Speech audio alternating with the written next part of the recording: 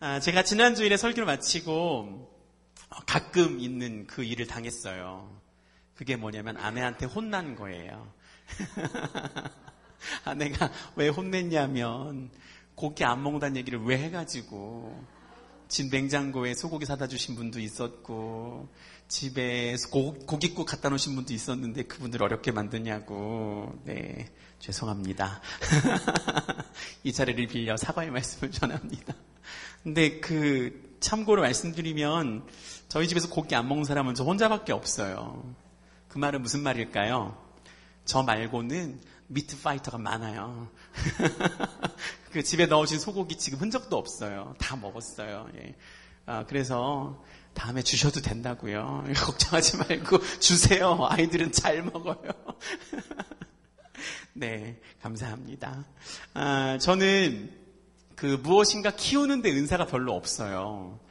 잘 키울 것 같죠, 제가. 특별히 제가 못 키우는 것 중에 뭐가 있냐면 화분을 못 키워요. 식물을 잘 못 키웁니다. 사람들이 가끔 저에게 식물 있는 화분을 선물해 주시거든요. 그러면 그것을 얼마 못 가서 다 마르는 거예요, 이상하게. 저만 그런 거 아니죠? 여러분 중에도 분명히 있을 거예요. 식물을 정말 못 키우는 분들. 제가 그래요. 이 화분에 뿌리 달린 아이들이 저희 집에 오면 설명서가 요즘 달려오거든요. 이것은 물을 어떻게 줘라, 어떤 온도에 키워라, 이런 게 다 있는데도 불구하고 그대로 해도 꼭 죽어요, 이상하게. 시름시름 노랗게 되다가 애가 결국은 죽어서 쓰레기통에 버려야 되는 거죠. 그래서 저는 식물 키우는 걸 안 좋아합니다. 저는 대신에 열대어 키우는 걸 좋아해요. 그래서 집에서 예전에 한국에 있을 때는 열대어를 한 5년 키웠어요. 이렇게 수초도 심고, 이렇게 구피 같은 거, 이런 뭐라 그러지? 하여튼, 예, 그런 물고기들 많이 키웠었습니다. 그럼에도 불구하고 제가, 저희 가족이 한국을 떠나오면서 1년 가까이 키운 애지중지한 화분이 하나 있었어요. 정말 귀하게 키웠습니다. 이걸 물 주면서 때로는 사랑한다고 말도 하고요. 가끔 물 주는 거 까먹어서 잎이 좀 노랗게 되면 미안하다 그러고, 그러면서 미안해, 우리가 널 까먹었어. 그러면서 물을 막 주면서 기도해주고 잘 자라라고 막 그랬었어요. 왜 그랬을까요? 비싼 화분이라서 그랬을까요? 비싼 난?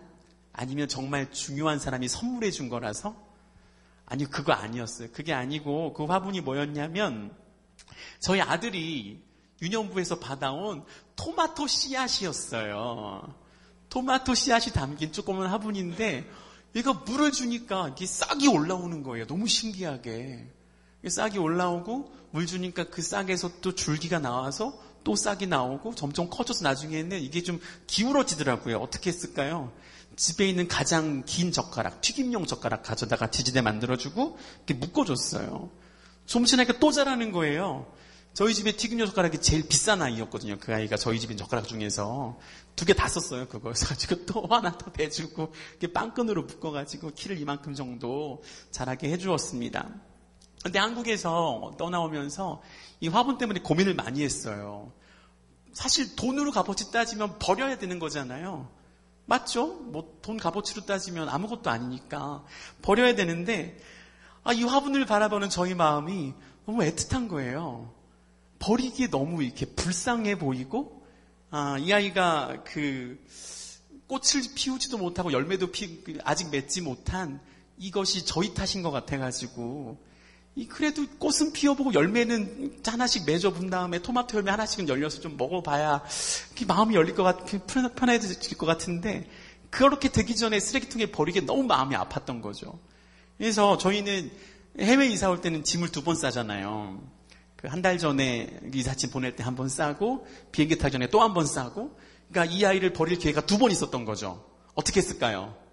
2번 다 안 버렸어요. 해외 이사 보낼 때도 남겨놓고 비행기 타기 전에도 남겨놓고 결국은 어디까지 갔냐면 저희가 인천공항에 비행기 타러 가기 전에 잠깐 아이들 이모 집에 머물렀어요. 거기까지 싸들고 갔어요. 싸들고 간 다음에 저희 특별히 이 화분을 너무나 사랑한 저희 아내가 자기 언니죠. 언니한테 이런 부탁을 하는 것을 제가 들었어요. 물 잘 챙겨서 주고 가끔은 사랑한다고 얘기해주고 이 말을 하더라고요. 제가 옆에서 막 들었어요.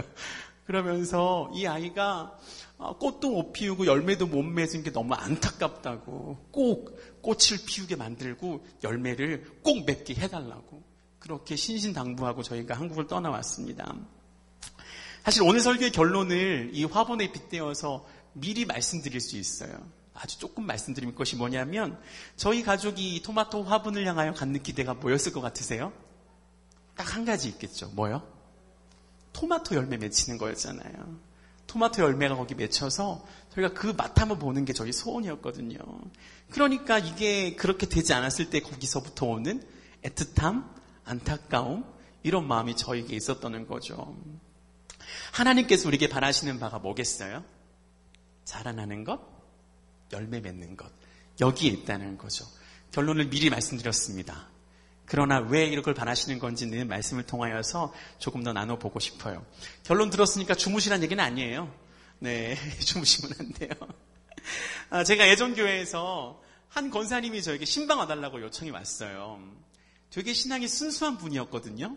근데 제가 그 신방을 갔더니 권사님이 너무 풀이 죽어 있는 거예요. 너무 풀이 죽어가지고 저한테 오늘 본문이 요한복음 15장 펴서 이렇게 보여주시면서 저한테 이렇게 말씀하시는 거죠. 목사님, 나는 아무래도 천국 가기는 틀린 것 같아요. 선생님 왜 그러세요? 그랬더니 권사님이 여기 보세요. 열매를 못 맺으면 가지를 찍어다가 내어 던지고 불에 태운대잖아요. 저는 열매를 못 맺어가지고요. 천국 못 갈 것 같아요. 그러시는 겁니다. 아니 권사님 여기서 말한 열매가 뭐라고 생각하시길래 그런 결론을 내리셨어요? 이렇게 물었더니 이분이 이런 말씀을 하세요. 자기가 어느 기독교 방송을 보다가 어떤 목사님 설교를 들었는데 그 목사님이 이렇게 말했대요. 여기 나오는 열매가 전도라고. 전도에서 예수 안 믿던 사람이 예수 믿게 만드는 게 열매인데 이 열매를 맺지 못한 사람은 천국에 들어갈 자격이 없다고. 이렇게 얘기했다는 거예요. 이 말씀 듣고 난 다음에 이 권사님이 밤에 밤잠을 이루지 못했답니다. 아무리 봐도 내가 죽을 날이 얼마 안 남았거든요. 몸이 여기저기 아파오는데 이건 분명히 내가 죽을 날이 얼마 안 남은 사인인데 생각해보니까 내가 열매를 못 맺었다는 거예요. 전도한 사람이 없었다는 거죠. 내 자식들 몇 명 예수 믿는 거 빼놓고는 도무지 예수 믿게 만든 사람이 떠오르지가 않더래요. 그래서 고민하다가 저한테 전화를 하셨다는 거예요. 그리고 그분이 저한테 마지막에 또 물으셨어요. 목사님, 저 천국 못 가는 거 맞죠? 이러시는 겁니다. 여러분 어떻게 생각하세요? 예수님이 말씀하시는 성장과 열매가 이런 걸까요? 전도하는 거? 어떻게 생각하세요? 그럼 우리 오늘 이렇게 결론이 나는 거죠. 천국 못 가는 걸로다. 여러분 이게 예수님께서 말씀하신 게 정말 전도의 열매라서 그 열매가 없으면 다 찍어서 이렇게 불에 던져지는 겁니까? 여러분 자신 있으세요? 혹은 전도가 아니라 다른 어떤 열매라 할지라도 자신 있으세요? 뭐 헌금? 사역?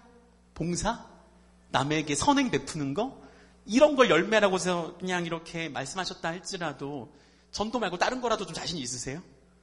자신 있는 게 뭐가 있으세요? 너무 용감하신데 어떻게 여기 오셨어요? 우리 이런 거 열매 아니에요. 주님께서 말하시는 게 이런 거 아니고 다 아시죠? 그러니까 오신 거죠? 네, 맞아요. 근데 많은 사람들이 이 본문 속에서 이런 오해를 가지고 대하는 거예요. 너무나 안타깝게. 그러니까 진짜 하나님 원하시는 열매가 아니라 다른 대용품 열매를 맺기 위해 너무나 많은 노력을 하면서 자기 자신을 학대하면서까지 난 천국 못 갈 것 같아. 이런 마음을 가지면서도 천국과 자신감을 얻기 위해 또 다른 열심을 냈고 있다는 거죠. 그런데 또 어떤 사람은요. 이 성장이나 열매에도 너무 관심이 없어요. 이 정도 신앙생활 했으면 그런 자랑하는 건 초신자나 하는 거지. 나는 졸업했어요. 이러신 분들을 자주 만나요. 졸업했어요. 저는 이제 너무 잘 믿어서 졸업 끝났어요. 천국만 가면 땡이에요. 이런 말씀하는 분들도 있다는 거죠. 그렇다면 도대체 하나님이 이 본문을 통해 이야기하시는 성장, 열매가 무엇이란 말인가?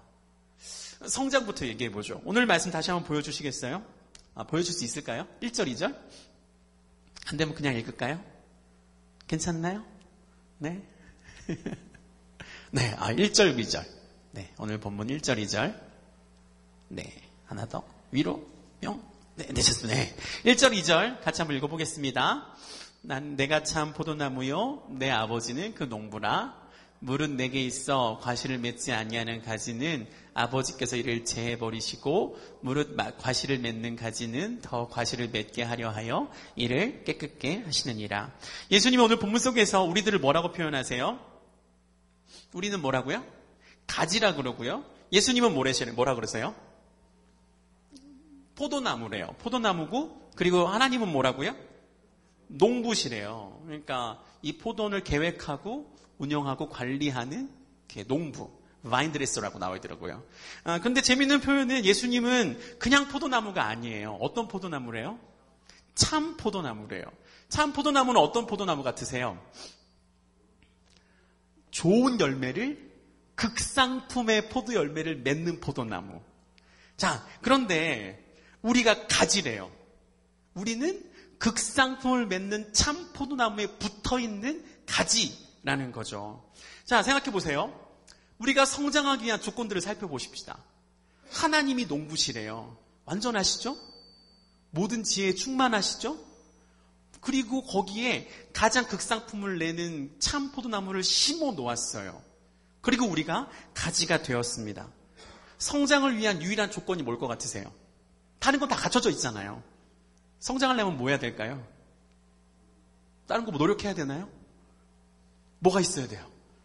붙어있기만 하면 돼요. 다른 거 아무것도 안 해도 돼요. 왜냐하면 붙어있기만 하면 모든 영양을 공급하는 책임은 이 참 포도나무와 농부에게 있는 거예요.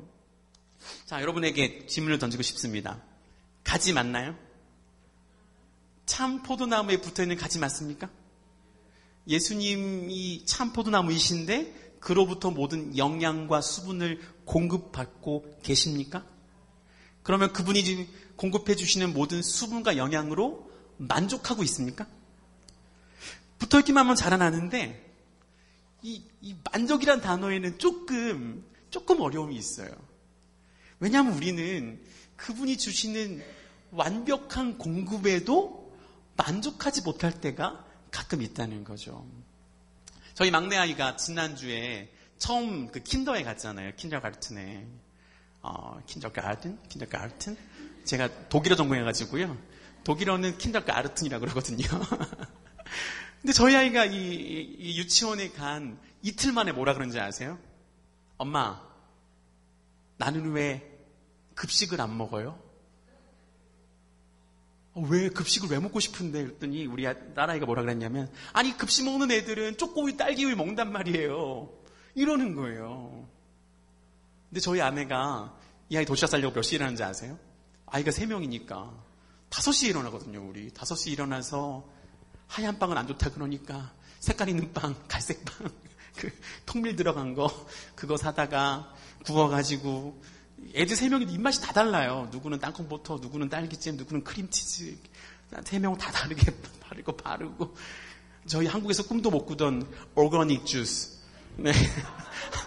한국에서는 꿈도 못 꿔요, 그런 거. 큰맘 먹고 질러다가 하나씩 넣어줬거든요. 그대로 먹기만 하면 돼요. 그대로 먹기만 하면 되는데, 달기만 하고 아무 영향 없는 거, 그거, 딸기우유, 초코우유.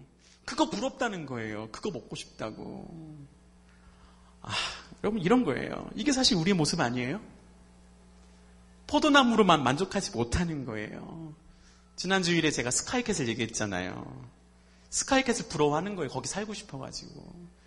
제가 지난주에 스카이캣을 얘기하고 지난 수요일 날 정진우 목사님이랑 마지막 그 장로교육 하면서 스카이캣을 얘기 또 하시더라고요. 그러니까 우리 장로교육 참여했던 장로 중에 한 분이 뭐라 그랬냐면, 한 번도 안 봤는데 꼭 보고 싶어지네요 그러시더라고요. 기회 있으면 보세요. 우리 군상 모습이 너무 잘 나와요. 근데 제자들이 여전히 이 말씀을 듣는 배경이 어디죠? 6월절 만찬 자리잖아요. 6월절 만찬 자리에서 그들이 공급받은 게 뭐였어요?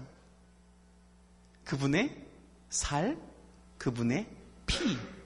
거기 석상에 올라가 있는 빵과 포도주가 실상은 그분의 살과 피를 보여주는 거였잖아요. 여러분, 그렇다면 우리가 가지로서 참 포도나무시 그분께 공급받는 게 뭐예요?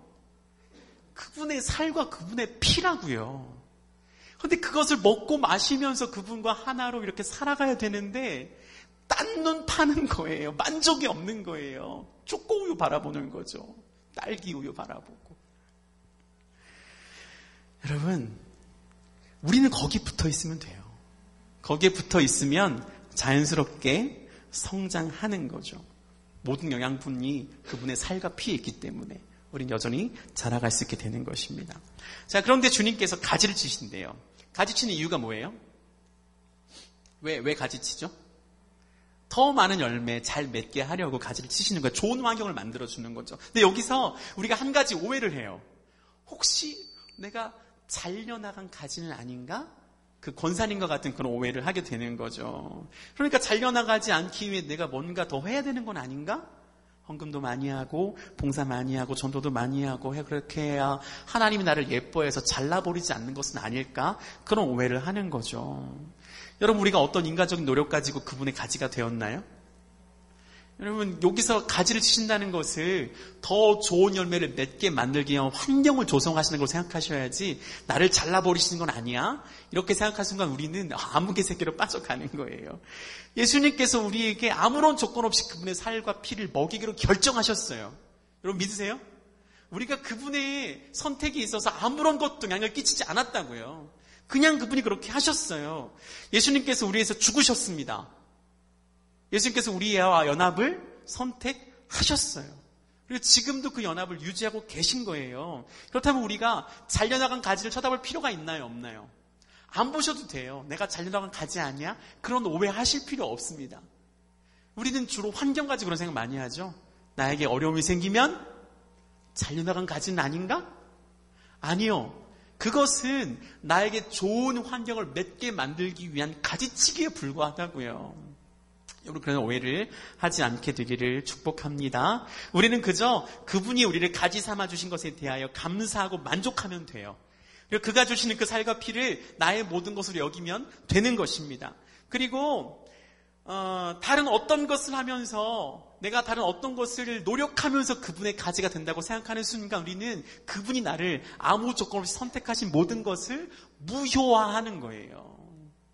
여러분, 여기서 그럼 한 가지 오해가 더 생기죠. 아무것도 안 해도 되나요?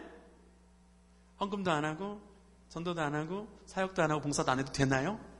한편으로 생각하면 안 해도 돼요. 왜요? 내가 그리스도와 연합을 경험하지 않은 상태에서 이런 것을 하면서 하나님께 나의 요구를 들이밀기 위한 사전 작업이라면 안 하는 게 나아요. 안 해야 돼요. 안 해야 정상이에요.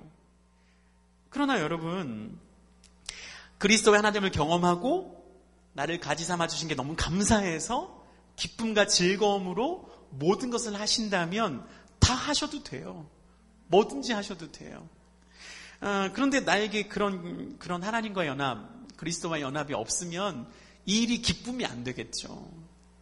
그리스도와 연합을 먼저 경험하십시오. 그리고 사역을 하십시오.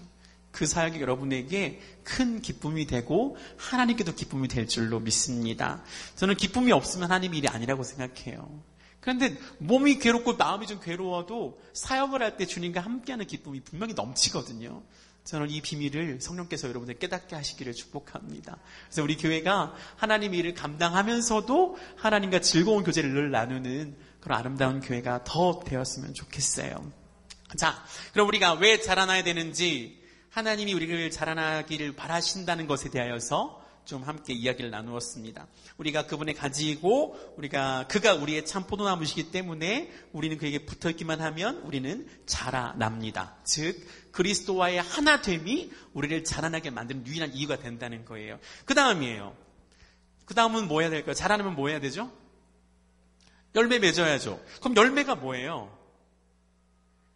주님께서 바라신 열매는 뭘까요? 그 화분에 뭐가 심어져 있었죠? 토마토 씨앗 심어져 있었죠? 그렇게 자라서 뭘 맺어야 돼요? 토마토가 심어져야 돼요. 자, 그럼 하나님께서 여러분 안에 뭘 심으셨어요? 이게 가장 중요한 겁니다.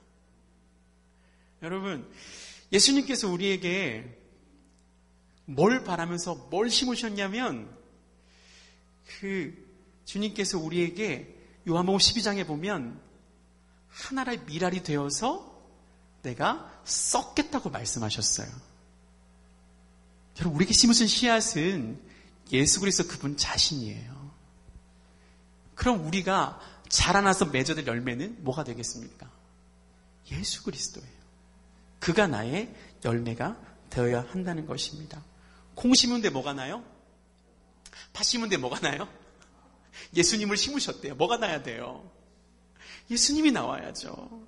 예수님이 그 자신의 씨앗을 심으시고 자신의 피를 먹이시고 자신의 살을 먹이셨어요. 그럼 당연히 그가 나와야죠. 다른 거 나오면 이상한 거예요. 우리가 나로 시작했다 할지라도 우리의 결론은 예수님이 되어야 하는 것입니다. 여러분 갈라디아서 5장 22절에 성령의 9가지 열매 말해요. 그런데 이 9가지 열매가 우리가 노력하면 맺어지는 건가요? 그럼 어떻게 되는 건가요? 사실 이 9가지 열매를 가장 총체적으로 보여주는 한 분이 계시죠. 그가 누구예요? 예수님이시죠. 우리는 그와 연합하여 그와 함께 살아가면서 그 모습으로 변화되는 것, 그것이 9가지 열매를 맺어가는 모습이라고요. 그래서 도무지 내가 그리스도인지 그리스도가 나인지 분간조차 할 수 없는 사람으로 점차 변모해가는 것, 그래서 우리의 마지막 열매가 예수 그리스도가 되는 것, 이것을 주님께서 원하신다는 거예요. 사랑하는 여러분, 그래서 그리스도와의 연합이 무엇보다 중요합니다. 그분을 만나야 되는 거예요. 그분을 만나서 그의 죽으심과 부활을 나의 죽음과 부활로 경험해야 하는 것입니다. 그의 죽으심으로 인해 모든 더러움에서 벗어나 깨끗한 가지가 되어야 하고 참 포도나무이신 그분의 가지로서 늘 살아가야 된다는 것이죠. 여러분, 이것이 그리스도인의 삶이에요. 여기서 벗어나면 그리스도인이라고 할 수 없는 것이죠. 이 삶의 끝에서 우리가 예수 그리스도를 나의 삶의 열매로 그분께 올려드려야 하는 것이 우리의 삶이라는 것입니다. 예전에 그 한국의 음악 예능 프로 중에 불후의 명곡이라고 있는 거 아세요? 거기에서 2년 전인가? 가족과 사랑이라는 걸 주제로 경연을 펼친 적이 있었어요. 거기서 김진호라는 SG 워너비의 리드 보컬하는 친구가 가족사진이라는 노래를 부른 적이 있었습니다. 혹시 기억나세요? 가족사진이라는 노래 불렀을 때 막 거기 앉아있는 그 관중들이 막 울고 난리 났었어요. 노래가 어떤 거냐면 그 가족을 위해 헌신하고 젊음을 불 때였던 아버지가 너무 일찍 돌아가신 거예요. 근데 그 아버지를 그리면서 노래를 하다가 되게 담담하게 노래하다가 노래 가사 속에 이런 게 나와요. 외로운 어느 날 꺼내본 사진 속 아빠를 닮아있네. 이런 가사가 나오더라고요. 그러니까 이 친구가 자기 아빠에게 노래를 만들면서 이렇게 생각한 거예요. 그저 아빠만의 희생이라고 생각했던 거죠. 아빠니까 당연히 희생하고 그렇게 돌아가셨고 나는 그냥 그 열매로 지금 살아가네 이렇게 생각하다가 어느 날 문득 너무 힘들어서 사진을 딱 봤는데 그 아빠의 모습과 내가 너무 닮아있었다는 거예요. 나도 그 희생을 하고 있고 나도 이제 혼자 남은 엄마를 위해 사랑을 베풀고 있고 다른 가족의 생일을 위해 아빠의 모습으로 살아가는 자기 자신이 거기 있었다고 그렇게 얘기하더라고요. 여러분, 예수님이 나를 위해 죽으셨어요. 나의 모든 것이 되기 위해 나의 포도나무가 되신 것이죠. 나를 가지로 입양하기 위하여서 더러운 나를 깨끗하게 만드셨어요. 여러분, 그리고 그가 나에게 공급하신 모든 것이 그분의 피와 살이라고 말씀드렸습니다. 그분의 죽으심이 없이는 나의 성장이 없어요. 그분이 나를 자라나게 만들기 위해 기꺼이 십자가에서 참혹한 죽음을 당하셨다는 것이죠. 여러분, 그렇다면 우리가 삶을 살아가다가 문득 돌아보았을 때 누가 보여야 되는 거예요? 이 김진호란 가수가 문득 사진 봤는데 내가 아빠를 닮아있네. 이러한 고백이 우리 삶에 있었으면 좋겠어요. 문득 돌아보니까 내가 예수님을 많이 닮아있구나. 이런 삶의 고백을 우리가 할 수 있게 될 수 있기를 축복합니다. 우리들 가운데에 이 아버지에 대한 좋지 않은 기억 때문에 아버지를 닮으라 그러면 어려움 당하는 분이 있다는 것을 알아요. 저도 사실 그래요. 아버지에 대한 좋은 기억이 별로 없어요. 그러나 시간이 지날수록 이 육신의 아버지에 대한 상처의 치유는 진짜 아버지 되시는 하나님 아버지를 깊게 만날 때 일어난다는 것을 조금씩 배워가고 있습니다. 그래서 제가 자신 있게 말씀드릴 수 있어요. 완전하신 아버지, 그분의 계획에 따라 이 땅에 오신 예수 그리스도, 그분을 더 깊게 만나면서 우리 마음속에 그분을 향한 닮아감의 소망이 날마다 있게 되기를 축복합니다. 점차 완전해지고 점차 선명해지고 점차 주님을 닮아가는 삶이 있게 될 줄로 믿습니다. 자, 그래서 우리가 그분과 하나가 되어야 돼요. 그분과 하나가 된 다음에 깨끗한 가지가 되어야 됩니다. 자라나야 되는 거죠. 그렇다면 자라나기 위해 우리가 뭘 하면 좋을까요? 7절 한번 보여주시겠어요? 7절. 요한복음 15장 7절. 우리가 그리스도로부터 어떻게 모든 영양분을 공급받을 수 있는지가 여기 잘 나와 있습니다. 7절 읽어보겠습니다. 너희가 내 안에 거하고 내 말이 너희 안에 거하면 무엇이든지 원하는 대로 구하라. 그리하면 이루리라. 자, 여기서 여러분의 눈에 띄는 구절을 한번 선택해 보세요. 혹시 원하는 대로 구하라 그리하면 이루리라가 눈에 먼저 들어오시나요? 예수님 말씀하신 원하는 대로 구하라 그리하면 이루리라가 어떠한 뜻인지 제가 언젠가 한번 영상 설교할 때 말씀드리지 않았나요? 뭐였죠? 여러분, 저거는 우리가 하나님 나라의 일원이 될 때 가능한 거예요. 하나님 나라의 한 사람으로서 우리의 소망과 하나님 아버지의 소망이 하나가 되어서 그분의 나라의 가치를 두고 기도할 때 일어나는 놀라운 기도 응답의 희열이라는 거죠. 근데 여기서 우리가 주안점을 두고 바라봐야 될 것은 그 뒤가 아니고 앞이에요. 뭘 것 같으세요? 내 말이 너희 안에 거하면입니다. 나의 말씀이 너희 안에 거하면, 나의 말씀이 너희 안에 거하면 내가 했던 모든 말이 너희 안에 거하면 자라난다는 거예요. 여러분, 자라나려면 그분의 말씀이 우리 안에 있어야 돼요. 머물러야 돼요. 여러분, 늘 말하잖아요. 말씀을 읽으라고, 말씀 묵상하라고 자꾸 말씀드리잖아요. 그것이 없으면 우리 안에 자라남을 경험할 수 없는 거죠. 말씀이 나를 자라나게 하는 것, 이것이 저의 삶의 몇 가지 기억 중에 하나가 있는데, 한 2년 전인 것 같아요. 2년 전쯤에 제가 그 교회에서 퇴근하고 집에 왔는데 아내가 되게 이렇게 얼굴이 어려운 거예요. 힘들어 보이더라고요. 아내가 저한테 얘기해요. 어떤 얘기냐면, 오늘 오후에 아이들 데리고 놀이터에 갔는데 저희 둘째 아이가 자폐니까 자폐 아이들은 같이 놀지 못하고 혼자 이렇게 박수를 치거나 혼자 뛰어다니거나 점핑을 하거나 이런 그 상동행동이라는 것을 해요. 같은 의미의 행동을 반복해서 자기 안에 스트레스를 이렇게 표출하는 거거든요.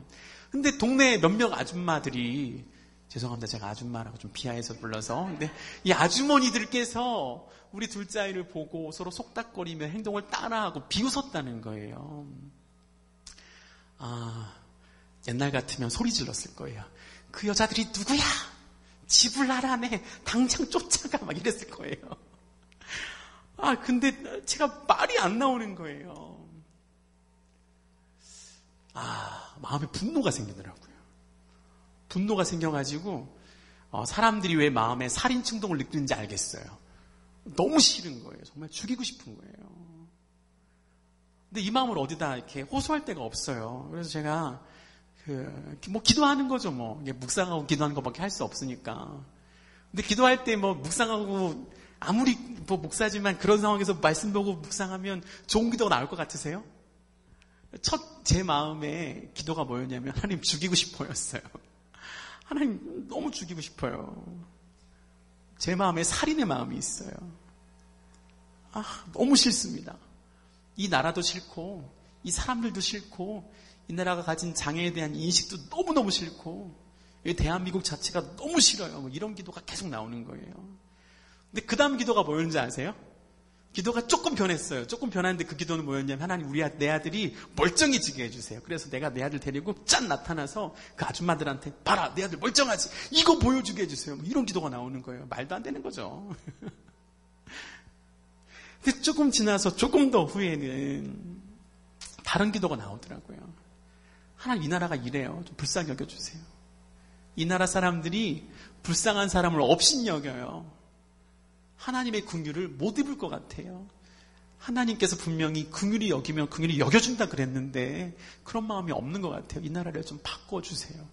제가 이런 기도를 하고 있더라고요. 그래서 이 나라의 전체가 어린아이부터 노인들까지 다 불쌍히 여길 사람들을 불쌍히 여겨주어서 하나님의 긍휼을 입는 그런 백성들이 되게 해주세요.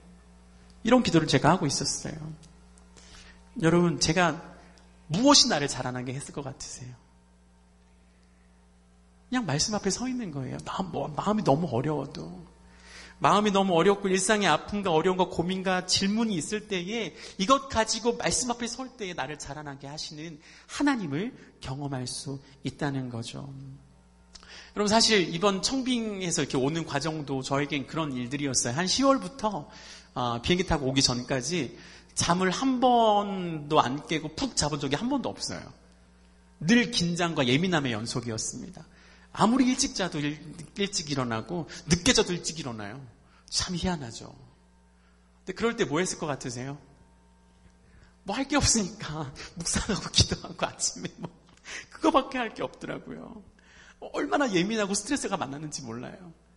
그럼에도 불구하고 하나님께서 그 시간을 통해 말씀 가지고 나아갈 때에 저를 또 한 번 이렇게 자라나게 하시더라고요. 사실 자라나는 것이 매일 자라날 수는 없어요. 여러분 우리가 사계절 있잖아요. 겨울에 식물이 자라던가요?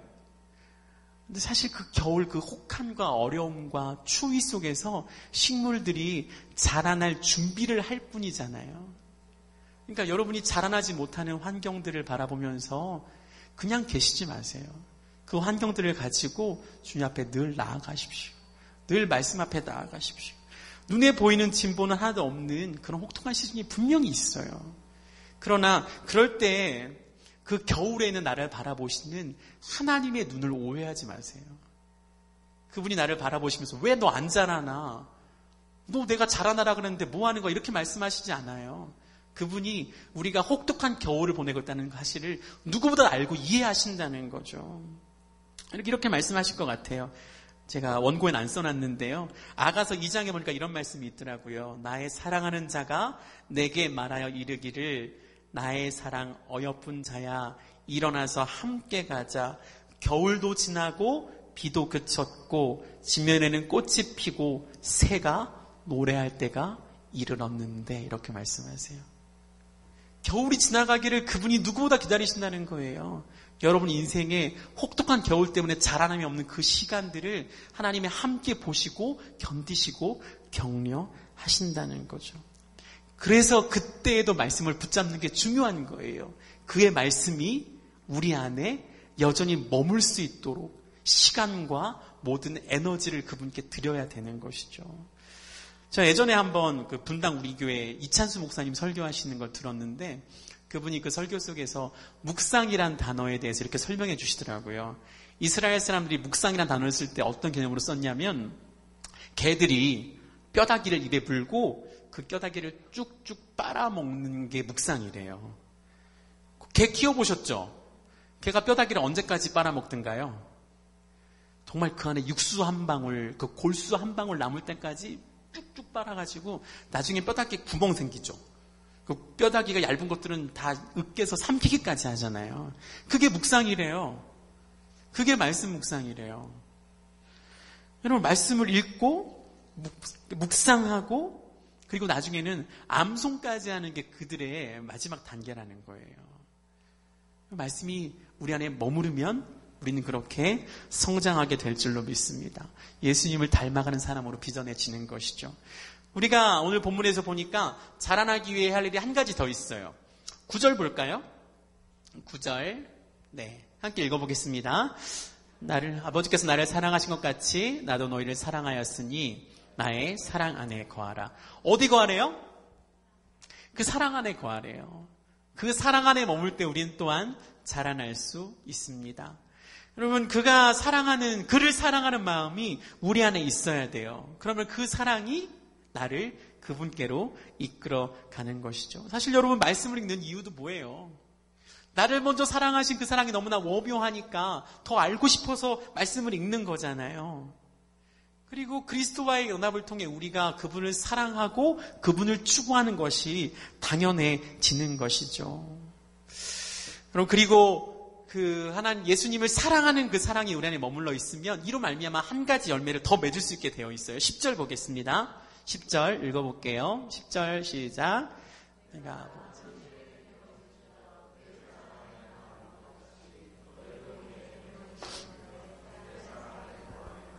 네.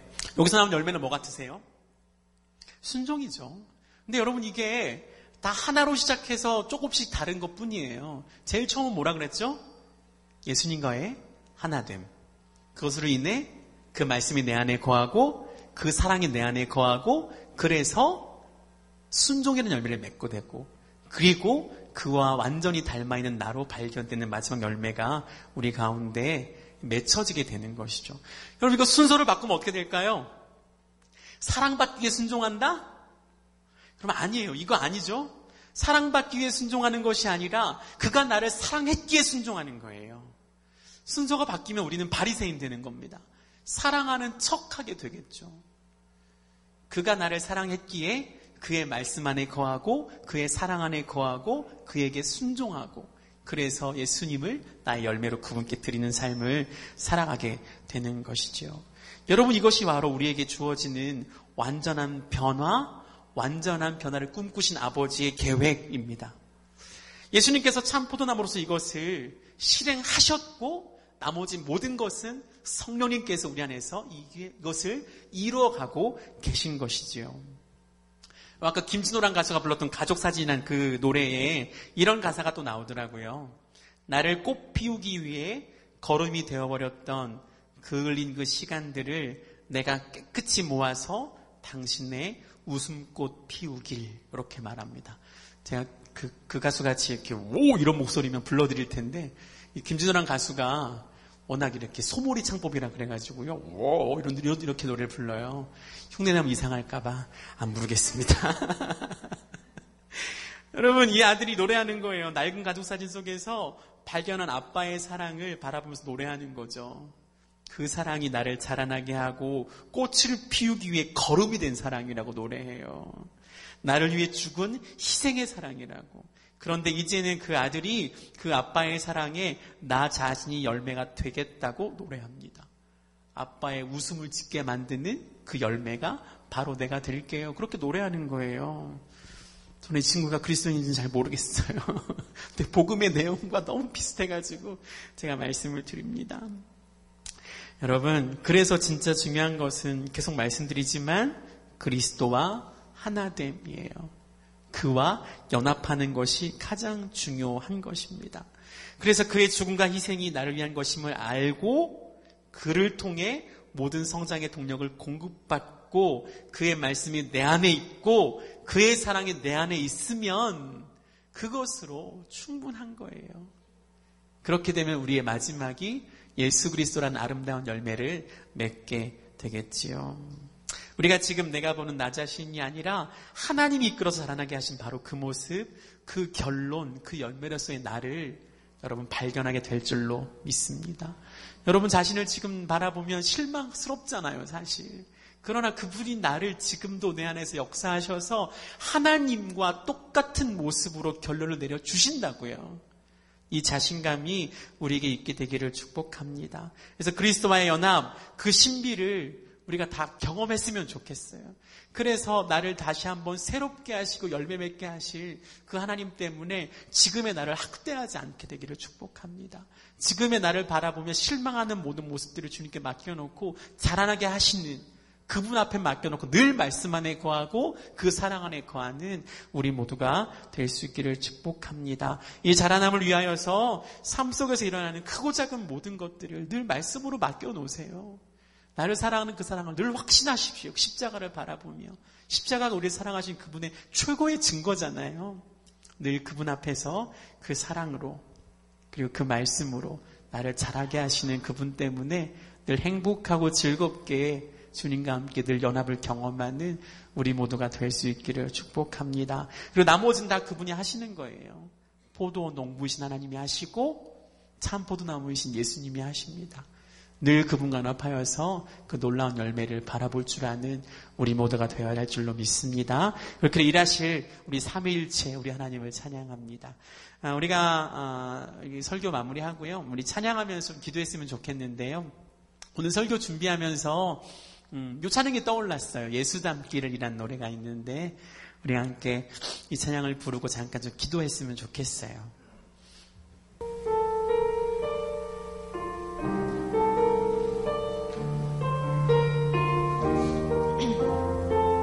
함께 고백하며 찬양하겠습니다. 내 삶의 소망, 내 삶의 소망.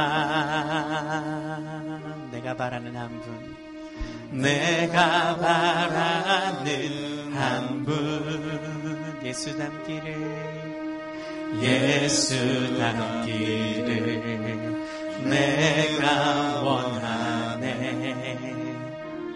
한없는 사랑, 풍성한 긍휼, 예수 닮기를, 예수 닮기를 내가 원하네. 예수 닮기를, 예수 보기를, 예수만 높이기 내가 원하네. 내 평생 소원, 예수 닮기를, 예수만 닮기를 내가 원하네. 2절로 찬양하겠습니다. 온유하시고, 온유하시고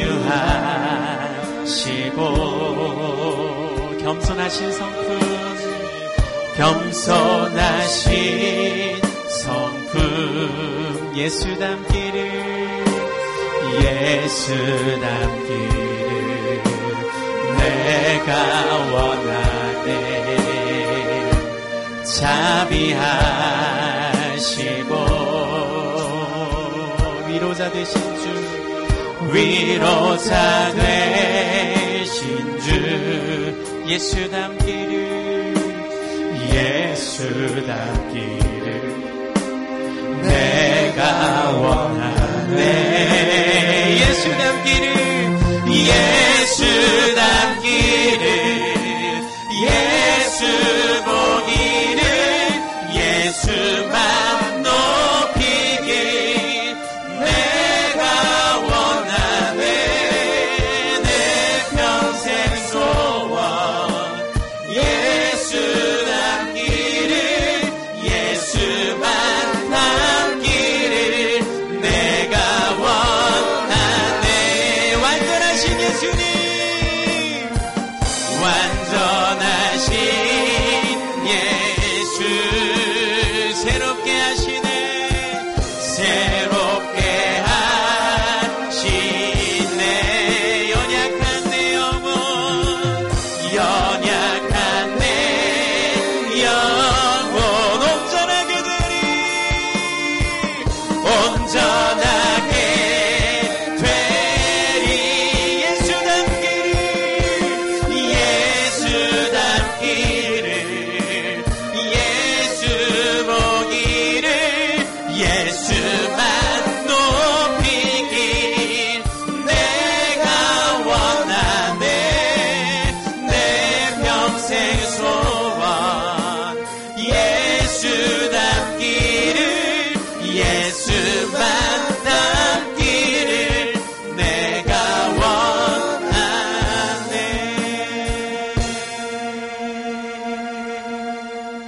우리 시간 함께 기도하며 나아갈 때에 하나님, 내가 주님과의 연합을 다시 한번 깊게 경험하는 자가 되길 원합니다. 그래서 그 말씀이 내 안에 거하고, 그 사랑이 내 안에 거하고, 내가 예수의 죽으심과 함께 죽고 다시 한번 살아나서 당신으로부터, 모든 당신의 피와 살로부터 모든 영양분을 공급받아 예수님을 열매 맺는 삶을 살게 하여 주시옵소서. 내 삶에 있었던 열매 맺지 못하게 하는 모든 환경들을 가지고 탓하는 것이 아니라, 그것들이 다 있음에도 불구하고 주의 말씀 앞에 머물고 주의 사랑 안에 머물 줄 아는 귀한 사람이 되게 하여 주옵소서. 오 주님, 내가 자라날 수 없게 만드는 모든 혹독한 환경들 속에서 나를 더 오히려 자라날 수 있게 축복하여 주옵소서. 주의 말씀 앞에 머무른 자가 늘 되게 하여 주시어서 나의 모든 삶의 겨울이 빨리 지나가고 주님과 함께 성장하여서 어느샌가 돌아보았을 때에 주님을 많이 닮아 있는, 주님을 열매 맺는 삶을 살아갈 수 있게 주님 함께하여 달라고 우리 마음 모아서 기도하며 나아갑시다. 기도하겠습니다.